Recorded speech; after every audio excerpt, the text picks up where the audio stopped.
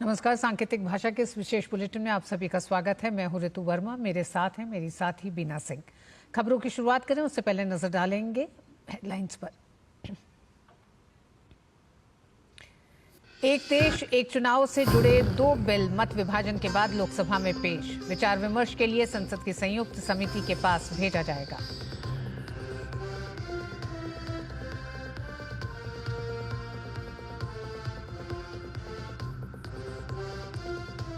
राज्यसभा में संविधान पर विशेष चर्चा का दूसरा दिन। जेपी नड्डा ने की शुरुआत। कांग्रेस पर बोला हमला। शाम 5:30 बजे गृहमंत्री अमित शाह देंगे जवाब।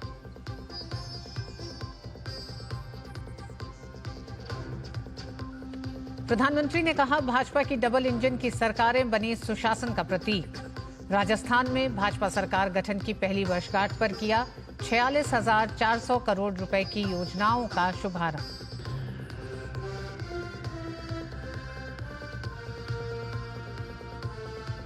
रूस में बम धमाके में परमाणु सुरक्षा के प्रभारी रूसी जनरल की मौके पर मौत।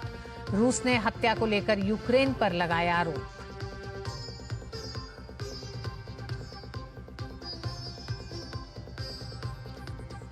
और केंद्रीय खेल मंत्री मनसुख मांडविया ने मेजर ध्यानचंद राष्ट्रीय स्टेडियम में किया फिट इंडिया साइकिलिंग ट्यूसडे का शुभारंभ। कहा पीएम नरेंद्र मोदी के फिट इंडिया मूवमेंट को लेकर लोगों में बढ़ रहा है उत्साह।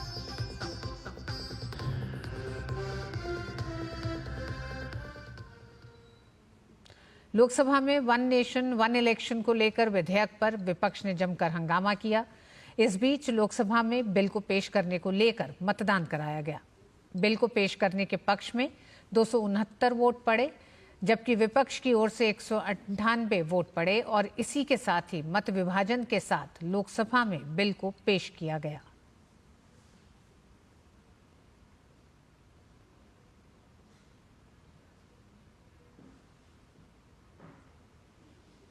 वन नेशन वन इलेक्शन से संबंधित बिल को लेकर कांग्रेस, टीएमसी समेत कुछ विपक्षी दलों ने इसे संविधान के खिलाफ बताकर हंगामा किया और इसे जेपीसी को भेजने की मांग की।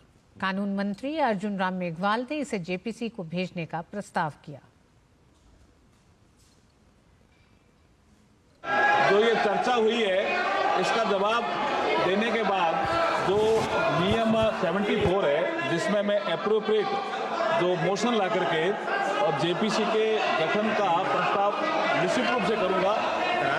निश्चित रूप से जेपीसी के गठन का प्रस्ताव करूंगा। रूल 74 के तहत जेपीसी के गठन का प्रस्ताव है और सरकार की इच्छा भी है। वहीं गृहमंत्री अमित शाह ने सदन को साफ किया कि प्रधानमंत्री भी चाहते थे कि इस बिल को जेपीसी में भेज दिया जाना चाहिए। पीएम ने स्वयं मंशा जताई थी कि इस बिल को जेपीसी को भेज देना चाहिए।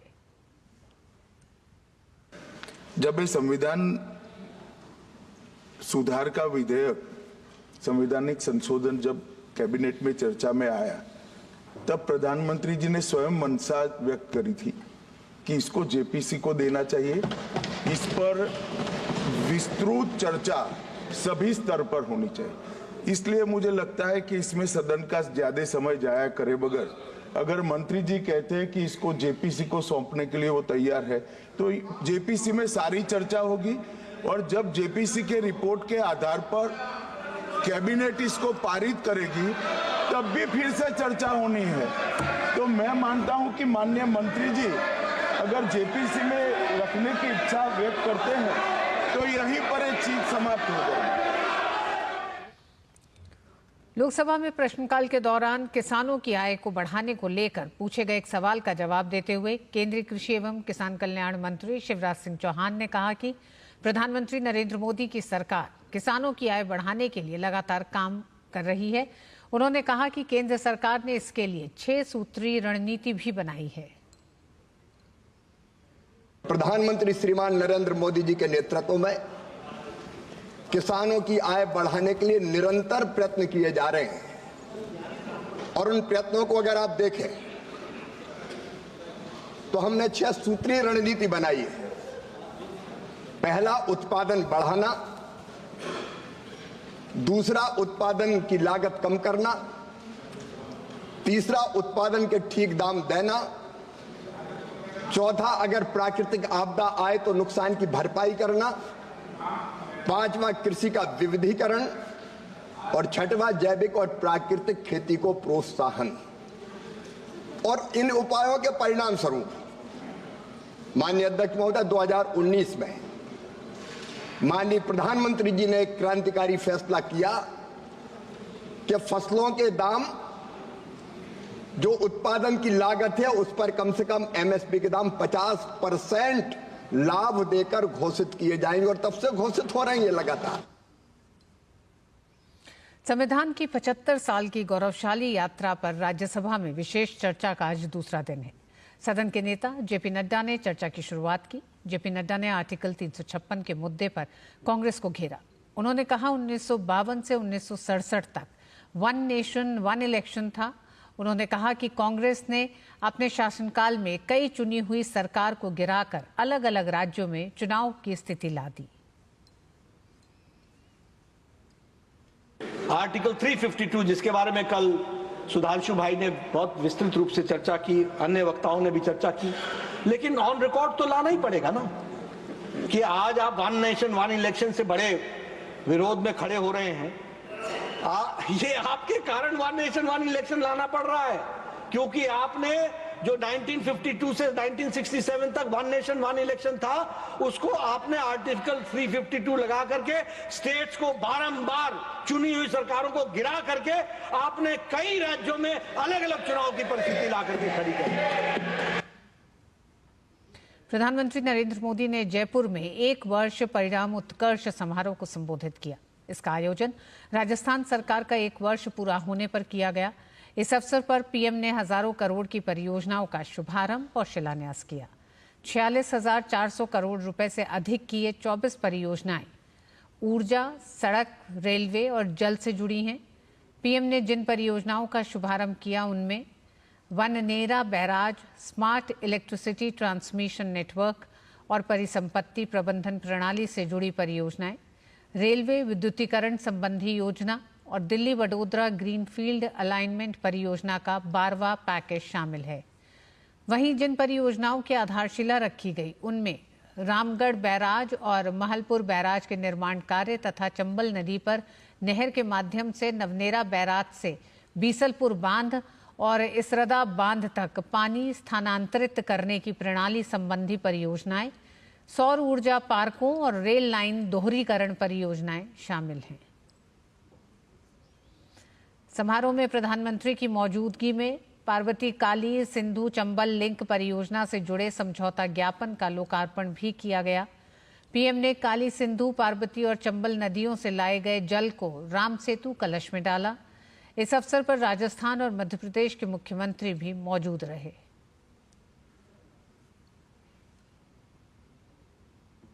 प्रधानमंत्री ने अपने संबोधन में कहा कि आज भाजपा की डबल इंजन की सरकारें सुशासन का प्रतीक बन रही हैं। पीएम ने कहा कि आज देश के लोग कह रहे हैं कि भाजपा सुशासन की गारंटी है। पीएम ने कहा कि इसी वजह से देश की जनता भाजपा को लगातार आशीर्वाद दे रही है। 8 साल के बाद भारत के जनता ने तीसरी बार केंद्र में सरकार बनाई है। लगातार तीसरी बार हमें देशवासियों की सेवा करने का अवसर दिया है, आशीर्वाद दिए हैं। अभी कुछ दिन पहले ही महाराष्ट्र में भाजपा ने लगातार दूसरी बार सरकार बनाई और चुनाव नतीजों के हिसाब से देखें तो वहां भी ये लगातार तीसरी बार बहुमत मिला है। वहां भी पहले से कहीं अधिक सीटें भाजपा को मिली है। इससे पहले हरियाणा में लगातार तीसरी बार भाजपा की सरकार बनी है। हरियाणा में भी पहले से भी ज्यादा बहुमत लोगों ने हमें दिया है। पीएम ने राजस्थान की भाजपा सरकार के कामकाज को सराहा। पीएम ने कहा कि भाजपा ने जो वादे किए थे उन्हें तेजी से पूरा कर रही है। प्रधानमंत्री ने विकास परियोजनाओं से जमीन पर बदल रही तस्वीर का जिक्र किया। पीएम ने कांग्रेस सरकार में राज्य में परीक्षा और भर्ती अनियमितताओं की याद दिलाई। यहाँ के नौजवानों के साथ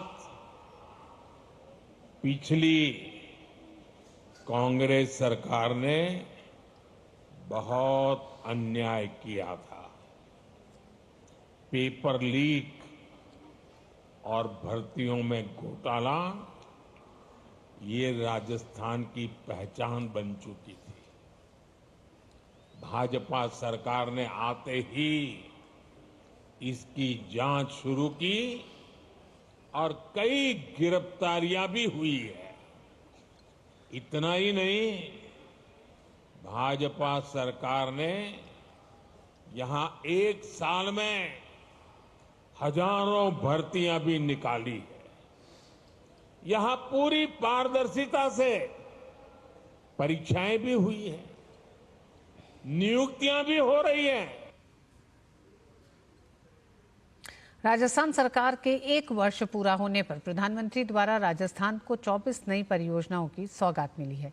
इस अवसर पर राजस्थान के मुख्यमंत्री भजनलाल शर्मा ने कहा कि मुख्यमंत्री जल स्वावलंबन अभियान के तहत हमने सरकार बनते ही गांव में वर्षा जल संचयन के लिए 1 लाख से अधिक कार्य शुरू किए, जिससे पीने एवं खेती के लिए स्थानीय स्तर पर पानी की उपलब्धता में व्यापक सुधार हो रहा है। राजस्थान के लिए बहुत जरूरी वर्षा के पानी के गांव में ही संचय एवं संग्रहण के लिए मुख्यमंत्री जल स्वावलंबन अभियान के तहत हमने 1 लाख से अधिक कार्यों को सरकार बनते ही प्रारंभ कराया, जिसमें पीने एवं खेती के लिए स्थानीय स्तर पर ही पानी की उपलब्धता में व्यापक सुधार हो रहा है।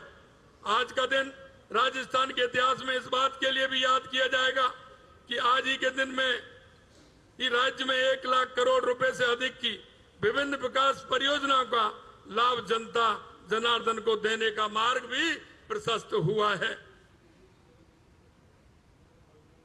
राष्ट्रपति द्रौपदी मुर्मू आंध्र प्रदेश के गन्नावरम एयरपोर्ट पर पहुंची, जहां मुख्यमंत्री चंद्रबाबू नायडू और उप मुख्यमंत्री पवन कल्याण ने गर्मजोशी से उनका स्वागत किया।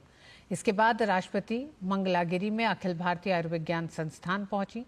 राष्ट्रपति ने यहां एम्स के पहले दीक्षांत समारोह में शिरकत की। कार्यक्रम में राष्ट्रपति स्नातकों को उनकी शैक्षणिक उपलब्धियों के लिए सम्मानित करें।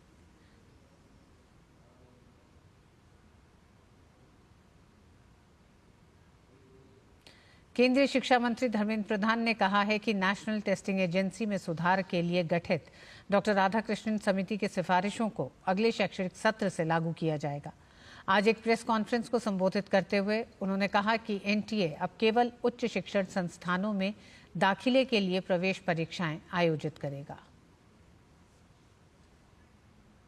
राष्ट्रीय परीक्षा एजेंसी यानी एनटीए अब केवल उच्च शिक्षण संस्थानों में दाखिले के लिए ही प्रवेश परीक्षाएं आयोजित करेगी। शिक्षा मंत्री धर्मेंद्र प्रधान ने मंगलवार को एक प्रेस कॉन्फ्रेंस के दौरान बताया कि एनटीए को नौकरियों के लिए भर्ती परीक्षाएं आयोजित करने के दायित्व से मुक्त कर दिया गया है। शिक्षा मंत्री ने बताया कि एनटीए में सुधार के लिए बनी उच्च स्तरीय समिति की सिफारिशों को अगले साल से लागू किया जाएगा और एनटीए द्वारा आयोजित होने वाली सभी प्रवेश परीक्षाएं पूरी तरह कदाचार मुक्त होंगी। इस बार एनटीए केवल हायर एजुकेशन स्टडी के लिए जो एंट्रेंस होगा उसी में फोकस करेगा। पहले एनटीए सर्विसेज के लिए भी एग्जामिनेशन करता था, उसमें से एनटीए को निवृत्त रखा जाएगा। एनटीए केवल उच्च शिक्षा के लिए जो परीक्षाएं होगी, एंट्रेंस के एग्जामिनेशन होगा, उसी में फोकस करेगा। शिक्षा मंत्री धर्मेंद्र प्रधान ने बताया कि पिछले 10 साल के दौरान देश में उच्च शिक्षण संस्थानों में करीब 14% की वृद्धि हुई है और 2014 में 51,000 के मुकाबले आज ये संख्या 58,643 तक पहुंच गई है। 2014-15 के मुकाबले उच्च शिक्षा में नामांकन करीब 30% बढ़ा है, जबकि महिलाओं के नामांकन में 38% से अधिक की वृद्धि हुई है। 14-15 में 3.42 करोड़ स्टूडेंट्स होते थे, 3 करोड़ 42 लाख स्टूडेंट होते थे, वो आज बढ़ के 4 करोड़ 46 लाख स्टूडेंट हुए हैं। फीमेल एनरोलमेंट में महत्वपूर्ण उपलब्धि हुई है। लगभग 38.4% की ग्रोथ हुई है। 1.57 करोड़ पहले होता था, अब भी ये 2 करोड़ 18 लाख हो चुका है।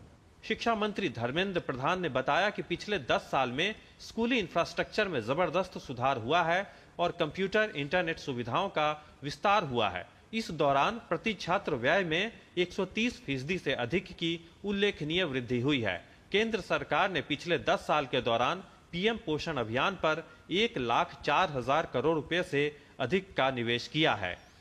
Nishant Saurabh, DD news, Delhi. दिल्ली विधानसभा चुनाव को लेकर सियासत शुरू हो गई है। आम आदमी पार्टी ने अपने प्रत्याशियों के नाम का ऐलान करना शुरू कर दिया है। अरविंद केजरीवाल सत्ता पर अपना दबदबा बनाए रखने की कवायद में है, तो बीजेपी की नजर पूर्वांचली वोटों पर है। बीजेपी ने चाय पर चर्चा की तर्ज पर दिल्ली में लिट्टी चोखा पर चर्चा और पूर्वांचल संवाद शुरू किया है। बीजेपी के कार्यकर्ता घर घर जाकर लोगों से संवाद कर रहे हैं और पूर्वांचल वोट बैंक को साधने में जुटे हुए हैं। दिल्ली में विधानसभा चुनाव को लेकर माहौल गर्म है। सभी दल आने वाले चुनाव को लेकर अपनी तैयारियां शुरू कर चुके हैं। भाजपा आम आदमी पार्टी के किले में सेंध लगाने के लिए वोटरों तक पहुंचना शुरू हो चुकी है और उन्होंने इस चुनाव में बड़ा रोल अदा करने वाले पूर्वांचल वोटरों तक पहुंचना शुरू कर दिया है। भाजपा ने पूर्वांचली वोटरों से जुड़ने के लिए लिट्टी चोखा पर चर्चा अभियान और पूर्वांचल समाज संवाद को शुरू किया। दिल्ली विधानसभा चुनाव में अब मुश्किल से 2 महीने बाकी हैं। सियासी दल अलग अलग किस्म की तैयारियों के साथ मैदान में हैं, लेकिन उनकी सबसे बड़ी चुनौती पूर्वांचली वोटरों को अपने साथ जोड़ना है, क्योंकि दिल्ली की सियासत की चाबी इनके पास ही है। 1,52,01,936 मतदाताओं में से पूर्वांचली वोटरों की संख्या करीब 40-42 लाख के आसपास है। इसी को ध्यान में रखकर बीजेपी ने दिल्ली पूर्वांचल मोर्चा और पूर्वांचल मोर्चा समितियों के पदाधिकारियों को मैदान में उतारा है। प्रत्येक बूथ पर पूर्वांचल से संबंधित कार्यकर्ताओं की टीम तैयार की गई है। इनके सहयोग से ही चुनावी कार्यक्रम को आगे बढ़ाने का प्लान है। पूर्वांचली मोर्चा के पदाधिकारी गौरव गोरखपुरी के नेतृत्व में उनकी टीम दिल्ली के नॉर्थ एवेन्यू में पहुंची और जनता के बीच में जाकर केजरीवाल की विफलता को उनके सामने रखा। पानी की समस्या तो शुरू से रही है, जब से ये इसकी सरकार आई है केजरीवाल की समस्या ही समस्या हो गई है। फ्री का एक हर्जाना हम लोग भुगत रहे हैं, जो प्रदूषण है, जो टूटी सड़कें हैं, जो बेरोजगारी है दिल्ली के अंदर, ये सब फ्री का जुर्माना है जो हम लोग भुगत रहे हैं। दिल्ली में भी चुनावी घमासान शुरू हो चुका है और भारतीय जनता पार्टी अब अपने कार्यकर्ताओं के साथ डोर टू डोर वहां पर जाकर के संवाद करी और इन्होंने इसको नाम दिया है पूर्वांचल समाज संवाद। अभी जो हम लोग काम कर रहे हैं वो पूर्वांचल समाज संवाद कर रहे हैं, जिसमें अलग अलग स्थानों पे हम लिट्टी चोखा की पार्टी का आयोजन कर रहे हैं।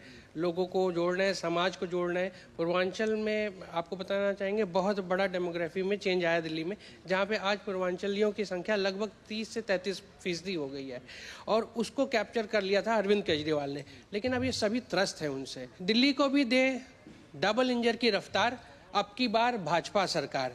यमुना में लगा सके डुबकी बार बार, अब की बार भाजपा सरकार। प्रदूषण में ना हो बच्चों के फेफड़े बेकार, अब की बार भाजपा सरकार। बीजेपी प्रदेश पूर्वांचल मोर्चा पदाधिकारियों का दावा है कि दिल्ली की 70 विधानसभाओं में से 17 विधानसभा पूर्वांचली बहुल हैं। वेस्ट दिल्ली का विकासपुरी, साउथ वेस्ट दिल्ली का द्वारका, मटियाला, नॉर्थ दिल्ली का मॉडल टाउन, बुराड़ी, करावल नगर, सीमापुरी, बादली, किराड़ी, नांगलोई, उत्तम नगर, पड़पड़गंज, लक्ष्मी नगर, संगम विहार, बदरपुर, पालम, देवली, राजेंद्र नगर में पूर्वांचली वोटर्स की संख्या अच्छी खासी है। Mukesh Shukla, DD news, Delhi. संभल में प्राचीन शिव मंदिर के कुछ दूरी पर एक कुएं को खोदने का काम जारी है। प्रशासन ने 46 साल बाद खुले शिव मंदिर के प्रशासन की कार्रवाई लगातार जारी है। संभल में प्राचीन शिव मंदिर से कुछ ही दूरी पर आप इस मस्जिद को देख रहे होंगे और मस्जिद के बाहर अब कुएं की खुदाई हो रही है और इस समय यहाँ पर एक खुदाई चल रही है। कल इस कुएं की खुदाई की शुरुआत हुई थी और अब इसको फिर से खोदा जाने लगा है। हमारे साथ यहाँ के पार्षद मौजूद हैं। सर, इस कुएं की खुदाई होने की वजह क्या है? ये जो अधिकारी कल आए थे, उन्होंने देखा चबूतरा बना हुआ, तो बोले ये क्या है, कुआं है। वो पूछा उन्होंने क्या होता है, मैंने कहा वजू होता, नमाजी ज़्यादा हो जाते हैं मस्जिद में तो वजू यहीं हो जाता है बाहर। अब वो बोले इसे खुलवा दिया जाए ताकि लगे कुआं है। 3 फीट इसकी खुदाई होगी, उस पर जाल लगा दिया जाएगा। तो 3 फीट इसकी खुदाई होगी और उसके बाद इस पर जाल लगा दिया जाएगा। आप देख सकते हैं कि अभी इस कुएं को खोदा जा रहा है। हालांकि इसका इतिहास क्या है ये अभी सामने नहीं आया है, लेकिन संभल में प्रशासन की अतिक्रमण मुक्त कार्रवाई कुछ इस तरीके से चल रही है। फिलहाल ये प्राचीन शिव मंदिर से कुछ मीटर की दूरी पे मस्जिद है जहां पर खुदाई चल रही है। कैमरा पर्सन रमाकांत के साथ निशांत राय, डीडी न्यूज, संभल। बिहार के बोधगया में श्रीलंका के राष्ट्रपति अनुराग कुमार दिसानायके पहुंचे। इस दौरान गया एयरपोर्ट पर उनका स्वागत बिहार सरकार के मंत्री डॉक्टर प्रेम कुमार ने राज्य के अधिकारियों के साथ श्रीलंका के राष्ट्रपति का स्वागत किया। श्रीलंका के राष्ट्रपति ने गया पहुंचकर महाबोधि मंदिर में दर्शन कर पूजा अर्चना की।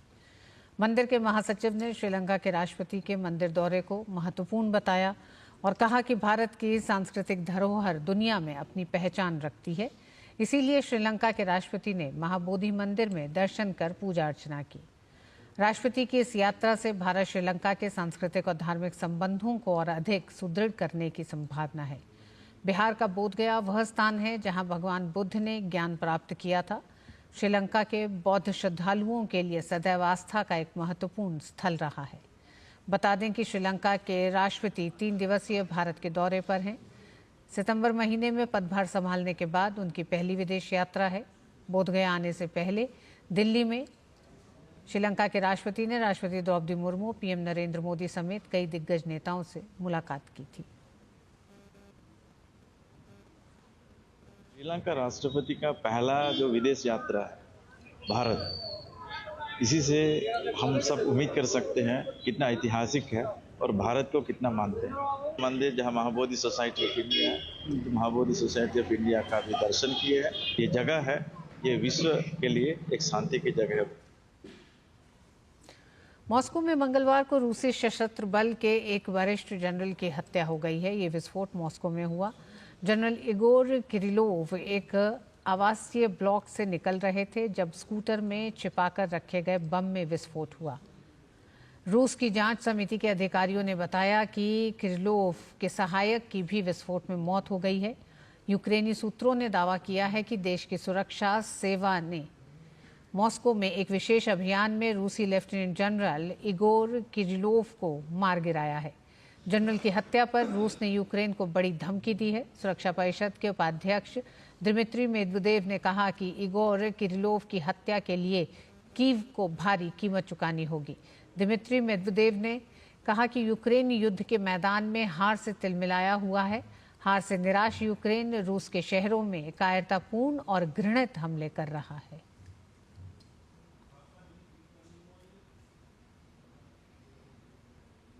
इस सप्ताह 8 आईपीओ खुलने के साथ ही आईपीओ, क्यूआईपी और राइट्स इशू के माध्यम से भारतीय कंपनियों की इक्विटी फंड राशि 3 लाख करोड़ के आंकड़े को पार कर गई है।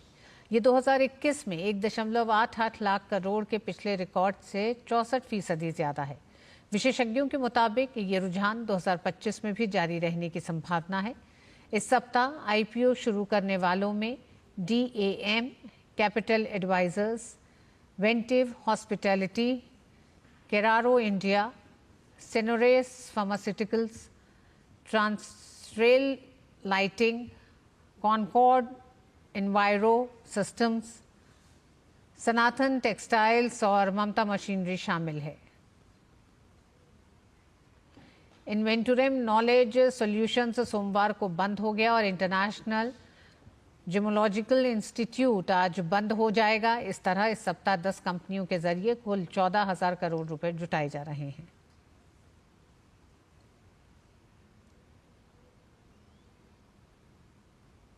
केंद्रीय खेल मंत्री मनसुख मांडविया ने फिट इंडिया साइकिलिंग ट्यूसडे मुहिम की शुरुआत की। इस मौके पर केंद्रीय खेल मंत्री के साथ केंद्रीय खेल राज्य मंत्री रक्षा खड़से, सांसद तेजस्वी सूर्या ने मेजर ध्यानचंद राष्ट्रीय स्टेडियम से रायसीना हिल्स तक साइकिलिंग करते हुए फिट इंडिया का संदेश दिया। प्रधानमंत्री नरेंद्र मोदी के फिट इंडिया अभियान को आगे ले जाते हुए केंद्रीय खेल मंत्री मनसुख मांडविया ने फिट इंडिया साइकिलिंग ट्यूसडे मुहिम की शुरुआत की। दिल्ली के मेजर ध्यानचंद राष्ट्रीय स्टेडियम से रायसीना हिल्स तक साइकिलिंग करते हुए केंद्रीय खेल मंत्री मांडविया ने लोगों को साइकिलिंग को अपने जीवन का हिस्सा बनाने के लिए प्रोत्साहित किया। इस मौके पर केंद्रीय खेल राज्य मंत्री रक्षा खड़से, सांसद तेजस्वी सूर्या सहित मुक्केबाज नीतू घनघस, प्रीति पवार और पैरालंपियन सिमरन शर्मा मौजूद रहीं। इस अवसर पर केंद्रीय खेल मंत्री मनसुख मांडविया ने फिट इंडिया के संदेश को दोहराते हुए अपने दैनिक जीवन में साइकिलिंग के उपयोग को शामिल करने का आह्वान किया।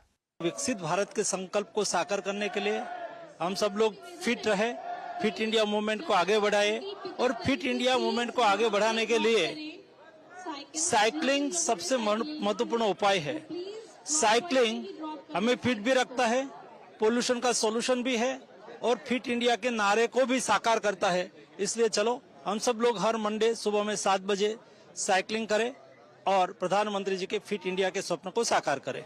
केंद्रीय खेल राज्य मंत्री रक्षा खड़से ने फिट इंडिया साइकिलिंग ट्यूसडे अभियान को लेकर कहा कि यह मुहिम स्वास्थ्य के साथ साथ पर्यावरण संरक्षण के लिहाज से भी अहम है।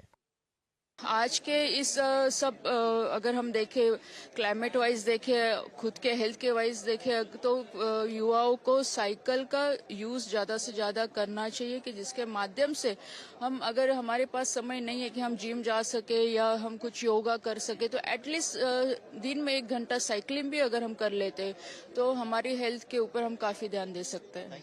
फिट इंडिया साइकिलिंग ट्यूसडे अभियान में हिस्सा लेने पहुंचे देश के शीर्ष खिलाड़ियों ने भी इस मुहिम की जमकर सराहना की। फिट रहना बहुत जरूरी है। फिट जैसे मेंटली भी हम लोग फोकस रहते हैं और फिजिकली भी हमारे हेल्थ में बहुत चेंजेस आते हैं अगर हम फिट हैं तो साइकिलिंग उसका एक जरिया है कि हम डेली साइकिलिंग करें तो हमारी बॉडी जो है फिट रहेगी, हेल्दी रहेगी। ये काफ़ी अच्छी पहल है। एक तो पोल्यूशन फ्री इंडिया बनाने के लिए और एक फिट इंडिया जो हमारे माननीय प्रधानमंत्री जी का सपना है कि हम भारत को विकसित भारत बनाएं, तो उसमें सबसे जरूरी चीज है कि हम सब फिट रहें। स्पोर्ट्स अथॉरिटी ऑफ इंडिया को इस चीज के लिए धन्यवाद करना चाहूंगी और बोलना चाहूंगी कि सब बढ़ चढ़ के अपना साइकिलिंग में या जो भी वो फिटनेस कर रहे हैं वो करते रहे, क्योंकि स्वस्थ शरीर बहुत जरूरी है। गौरतलब है कि फिट इंडिया मुहिम की शुरुआत प्रधानमंत्री नरेंद्र मोदी ने साल 2019 में की थी और फिट इंडिया साइकिलिंग ट्यूसडे अभियान फिट इंडिया मुहिम का एक प्रमुख कार्यक्रम है। यह अभियान स्वस्थ जीवन शैली के साथ आम जन को पर्यावरण के प्रति भी सचेत करेगी। फिट इंडिया ट्यूसडे मुहिम की शुरुआत पूरे देश भर में जोश, जज्बे और उत्साह के साथ हुई। इस मुहिम का लक्ष्य जहां एक और फिटनेस के संदेश को आगे ले जाना है, तो वहीं स्वास्थ्य के साथ साथ पर्यावरण संरक्षण के मैसेज को भी आगे बढ़ाना है। कैमरामैन विश्वबंधु के साथ मैं सुशील कुमार, डीडी न्यूज, दिल्ली। और इसी के साथ इस बुलेटिन में बस इतना ही। नमस्कार।